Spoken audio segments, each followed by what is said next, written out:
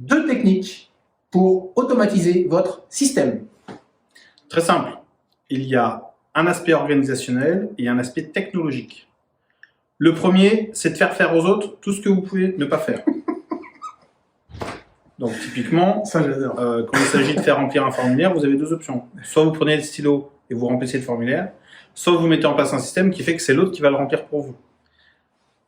Juste cet aspect-là, il est fondamental et vous devez, dans votre organisation, vous demander si c'est vous qui faites le remplissage du formulaire avec l'aide de l'autre ou si vous avez rendu suffisamment autonome les autres pour qu'ils le remplissent eux-mêmes. Première automatisation. Et la deuxième automatisation, elle va être technologique. C'est quel est le process technologique que vous avez mis en œuvre qui permet de rendre les autres autonomes tout en étant sous votre supervision et contrôle. Au travers de ça, l'automatisation passe en amont par une standardisation des pratiques qui doit être acceptée et comprise.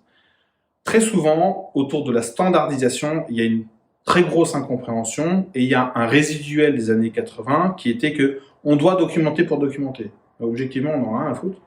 L'objectif de standardiser et de documenter, c'est de standardiser le juste utile, utilisable, pour qu'il soit utilisé. Si c'est pas utilisé, c'est une problématique managériale, à condition que le document soit utile et utilisable. S'il n'est pas utilisable, ça veut dire qu'il est mal rédigé. S'il n'est pas utile, il n'a même pas lieu d'exister. Ou sinon, il va falloir l'archiver. Une fois qu'on a fait cette standardisation, on peut aller sur une standardisation qui est toute simple. Formulaire papier, la personne Dupont, salut Dupont, bonjour. Il remplit le document et en bas de page, il y a écrit « Merci de scan-mailer le document ou d'en archiver une version électronique dans ce dossier-là ». Le gars, il est autonome, il remplit le papier, il l'adresse à qui de droit par rapport à ce qui est écrit dans le process, il le scanne, il l'archive. On est quasiment dans l'automatique avec un mode papier scan. Vous pourriez avoir encore un autre système qui va être, lui, technologique, où finalement, on va dire, dans ce cas-là, c'est plus pratique d'avoir un formulaire électronique parce qu'il y a une vidéo et parce qu'on va lui demander de répondre à des questions instantanément après. Et dans ces cas-là, on fera un formulaire électronique qui archivera. L'objectif, c'est pas de dire que le tout technologique est utile et nécessaire. L'objectif est d'avoir le bon choix standardisé qui aide soit au travers du travail de l'autre, soit au travers d'un système technologique, soit des deux, à l'automatisation de votre dispositif.